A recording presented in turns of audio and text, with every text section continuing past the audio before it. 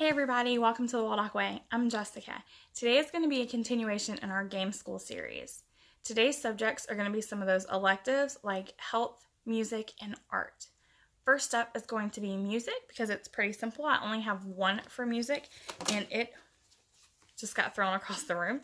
It's called Compose Yourself by Think Fun. This is a lot of fun. You get this adorable little storage bag and a ton of these clear music cards, and what you do is you lay these out in multiples of 4. So you would lay 4, 8, 12, or 16 out, and then you go on their website and you type in the number that you see in the top corner right here, and then after you type it in, it plays the song that you composed. So it's very simple and almost anybody can do it. They recommend it for ages 6 and up just because of the aspect of getting online. And just so that you know, this would fit in a stocking. If you took it out of the box and just did the travel bag that it comes with, it is quite small. So it would fit in a stocking. All right, next up we have health. The first one for health I have is a really simple food recognition bingo. Now, I actually grabbed this particular one from Oriental Trading when they had a free shipping. It's a classroom set, so there's 32 game cards. What I loved most about it was that, number one, I could introduce my daughter to maybe some foods that she didn't know about or she wouldn't try, and that it also listed the food group at the top of each of the call cards. So we could slowly get familiar with the different food groups of the different foods. And it was something that gave us a chance to talk about. Another one that we love that's food groups is Healthy Helpings. So this game, you take all of these little cardboard cutouts of food and you have them displaying the food. You spin the spinner and then you find a food that matches that food group. You can flip it over to check and you put it on your plate. Whoever fills their plate up first wins. What I loved about that was that it was a great way to introduce her to what foods go in what food groups, what should be on a plate, and what constitutes a complete meal and a healthy meal. So that was a great game. The last one I have for health is actually more of an emotional intelligence kind of thing, which I think is huge in health anyway, and it is Q's Race to the Top. What is so funny about this game is I had called Rainbow Resources to place an order, a very large order, and while I was placing the order, the lady on the phone was like, I really think you would like this game, and I got it based off of her suggestion, and we loved it. So she did awesome. It comes with a book. It's about this little monkey named Q, and he is super smart, but because he is super smart and kind of like one of those gifted children, he doesn't always understand some of the things that would be more common sense. So some of the manners and politeness and how to treat other people are a little awkward for him. So it tells you all about this in this book. Then after you read the book, you get to play the game. So you have this game board that is Q's Treehouse, and you're trying to be the first one to the top. So you roll a dice, and depending on the color that you land on, it depends on the card that you get. So for instance, if you land on green, you get a Q card. And for instance, this one says, Q's sister Mila shows the family a drawing she made. Q made a more beautiful drawing. Should he go get it and show the family, or should he just tell Mia she did a great job? If you land on blue, those are called U cards. And this one says, after a meal, what do you say to the person that made your food? Do you say it while running off and looking away, or do you say it while looking them in the eyes? And if you land on orange, you get a do card. And so this might be, touch your ear with one hand and your foot with the other while balancing on your other foot. What I love about this game is that it's really easy for at least my daughter to recognize the behavior that should be done when it's something else. So when obviously she's not in trouble, or when it's not like related to her, but when it was Q that was doing something, it was really easy for her to say, oh, mommy, that's not right. Q should have done this. Q should have done that. And it was ways to talk about situations that had either come up or would come up in like organically instead of in the middle of it. Like, you don't do that. You don't run away.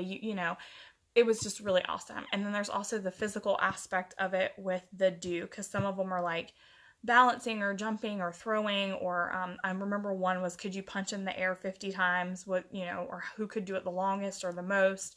So there's a lot of physical things in there too. That is for ages 3 and up. I think that is perfect. I think every 3-year-old should have it, because it is a great game to practice some of those things that maybe don't come naturally to children. All right, next up is art. Now I have 2 that would technically fit into a stocking, so I'm going to show you those first. The first one is Doodle Dice. It comes with this dice cup so that you can roll your dice, and it comes with 6 dice that have different lines and dots and kind of like little face looking things on them. And what you do is you have all of these different figured cards laid out in different colors. So for instance, the orange cards, you only need 1 of the different dice to complete. And then your blue, you need 5. And your purple are the hardest because you need 6 cards to complete the picture. One of the things I love about this is it has the giraffe and the color, and it has it in 3 different languages. So that's also really fun when you're playing. You would have all the cards laid out. Each person would roll their dice, and they would try to earn a card if they could make that figure with their dice. Whoever earns every color card first wins. So you'd have to have all 6 colors. It's a lot of fun. It's a really simple game. It's kind of fast. It reminds me of like an art version of Yahtzee or Roll For It. But we really like it when we just kind of want something that's not as intense. It's really fun. The only other game I have for art that would fit in a stocking is the Professor Noggins, and this was the art history deck. If you haven't seen my other videos, I will go ahead and show you. You have 2 sets of questions, easy and hard. Each set has 3 questions in it. You roll the dice first to see what number, and then you read that question. So this is ancient Egyptian art. For example, one of the easy questions is, did most Egyptian paintings depict people from the front or from the side? And one of the hard questions is, what Egyptian writing system used pictures and symbols? So that is one of the examples, but it has different artists. It has different types of art. It has different pieces of art.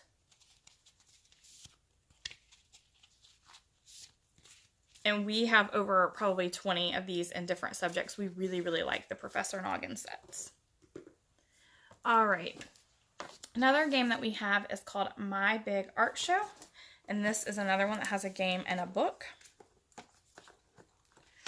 So it has the book that has the rules as well as the different pieces of art that's included, and a lot of information about them, which I love that, because anytime we play a game that has stuff like this, Emily always has a ton of questions anyway, so this makes it really easy for me.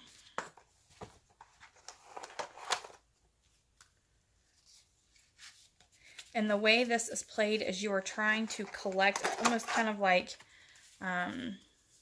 there's bonus cards, but basically you're trying to collect a card or a piece from different periods, and each period is a different color. So for instance, that pink is pop art. This is the Renaissance, Cubism. So you're just trying to create, you need one of each one in your hand. So it's like draw and discard until you get there. But normally, once we've completed it, we always discuss which paintings that we use to complete our hand. And again, we refer to this for that. It's really simple gameplay, but it has a lot of information in there. Final Touch is one that we really, really like. It's really fun. It's almost, you're playing as if you're painters, and so you don't see this just yet. You're looking at this side, and you each have these different color cards, and you are trying to lay down the colors that you need, and the first one of you that can complete the painting completes it and sells it for the different amounts. Now, the paintings are not exact. They're like funny versions. But what I did, and I will see if I can link it below in case you want it yourself, is I went through and made each one of the cards that is in here, I made a printable that has the original and then the name of the painting, who did it, and then the year that it was done. So that as we complete those different paintings, which is fun, we can refer to the original. And like I said, I will try to link that that printable in the description box down below. If I forget, feel free to comment and remind me that you need it, because it was a free printable that I had for a long time. Press Here is a great art game for younger kids, and obviously the book is what it is based off of, and the book is amazing. And so what you were doing is you were trying to complete the different kind of like art cards that they give you, and there is a ton of them, like a ton of them. And you were trying to do that with the little discs that are in the different colors. So it is a really fun visual, fine motor skill, and kind of art for beginners. It is a 3+ game. I always suggest, and up to 6 players can play this. I always suggest this is a gift for 3 and 4-year-olds. This combined with the book is an amazing gift for a 3 or 4-year-old. Next up, we have Doodle Quest. This is probably one of my favorite ones that we have. This, and I'll show you 2 of the other, mainly because Emily is not really big on handwriting, and so any of these that like sneak a pen or pencil into her hand make me very happy. So what these are is you get a dry erase marker and these clear like dry erase things that go over the little boards, and you have to look at this and you have to doodle from here to here and not touch any of the red and try to hit the stars. And you do that on here without actually being on top of it. We're just looking. So then after you're done, you put yours on top, and you can see up here it says if you hit a red fish, it's -1, and if you hit the stars, it's +2. So you get the points based off of what you did, and then whoever has the highest points wins. And there's a lot of different doodle scenes that you're trying to do, different things that you're trying to get through. There's a whole handful of them. I believe there are 20 or 24, but there's a lot of those. And you also have the board that you put your thing on so that you can actually, you know, see what you're doing. And it comes with the dry erase markers for up to 4 players and little erasers for up to 4 players.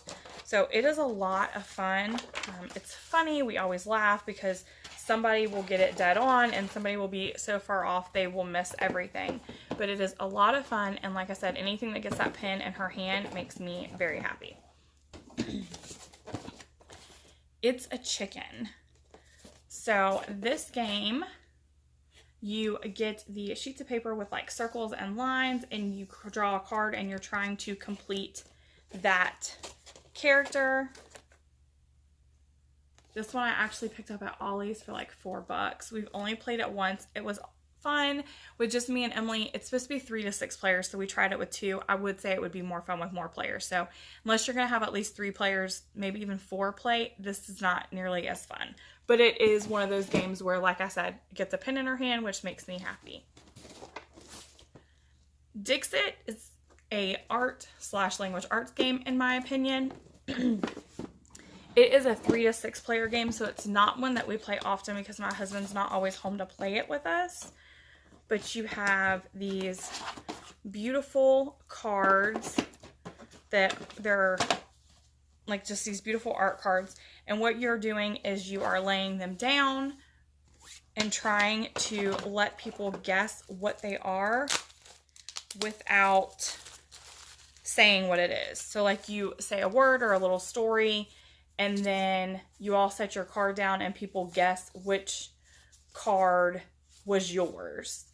So you want to try to say something generic, but not too generic. So it's But the cards are gorgeous. We've also used these for story starters because they're absolutely beautiful.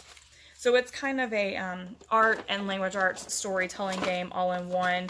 And then you place your bets on whose card you thought it was, and the person reveals who it is, and you all move forward on the board based off of that. The last art game I have is probably Emily's favorite, and it is called Cartoonette. This game is a blast.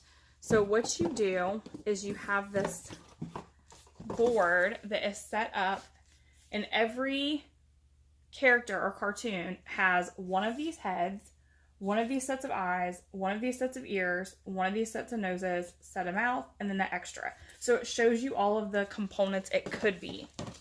You get to study your card for the length of the timer. And after you've studied it and you think you know exactly what it is, you draw it on this pad of paper, and then you get points whether you got each of the things right.